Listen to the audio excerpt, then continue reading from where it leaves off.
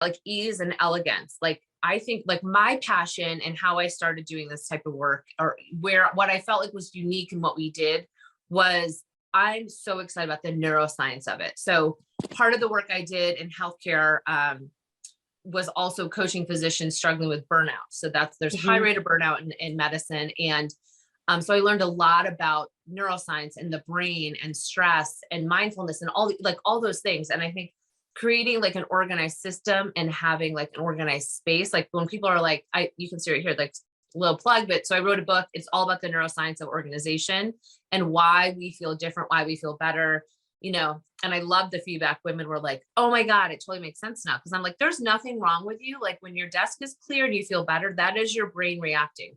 When your desk is messy and you feel stressed, that is your brain reacting, So when we have, cutting, like trying to really make it short, better systems, it's less stress on the brain because we can do things without thinking about a lot of them. So if you have really good systems, another way to think of it is really good habits, it saves your brain power for those things when you need to really be creative or you really need to be patient. Like I have 2 small children and I'm like, mom needs to be patient. So having like really good systems in the morning to get them out the door allows me to be patient. And so I like that what you said, like ease and elegance, because it's almost like your brain is experiencing that ease and elegance. And so you're functioning from, instead of the amygdala, that stress response, you're functioning from like the prefrontal cortex, which allows you to be patient and kind and creative and all those things we also need when we're serving our clients. And so when we have those systems in our business or our space, however you want to apply it, but let's talk about businesses, and you have those systems, whatever it is, like even writing a proposal or invoicing, like you're more efficient in those spaces. So then you can have the energy and the brain power when you're like, when a challenge arises, you're just like, okay, all right, let me think creatively. And we have to do that a lot on site when we're organizing spaces. Like we plan. And that's really our system is like planning. So when we show up, we have almost 99% of it like dialed in because there's always that one thing that you're like, okay, so the shelf is crooked or whatever it is, it like throws everything off. But if you have those foundational systems, then it reserves a little space left in your brain to approach those things with ease and elegance, I guess you could say. So that's what I love. Like, I know people think of organization, they watch the Netflix specials and they're like, oh my God, rainbows, blah, blah, blah. Although I think I do have rainbow books, but my kids did that for me.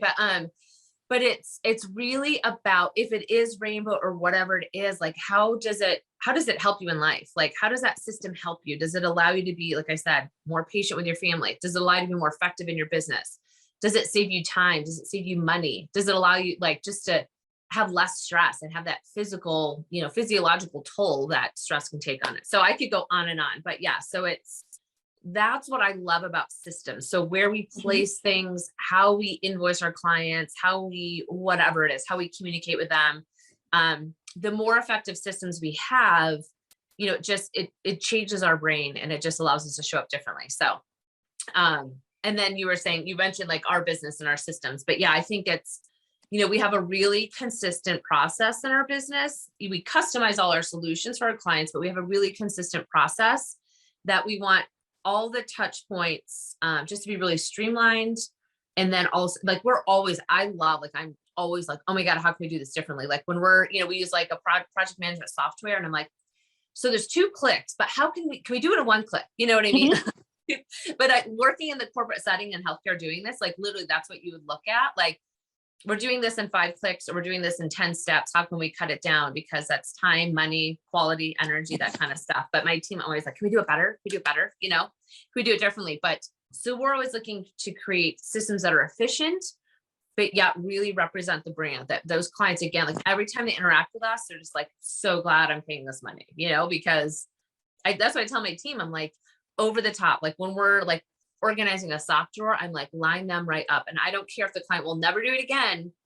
I was like, but I want them when they open that drawer, they're going to see my face and I want them to be like, oh, I love this, because then they feel good. And it kind of has this ripple effect. So anyway, I went on and on, but yes, I make a note, ease and elegance. I love that.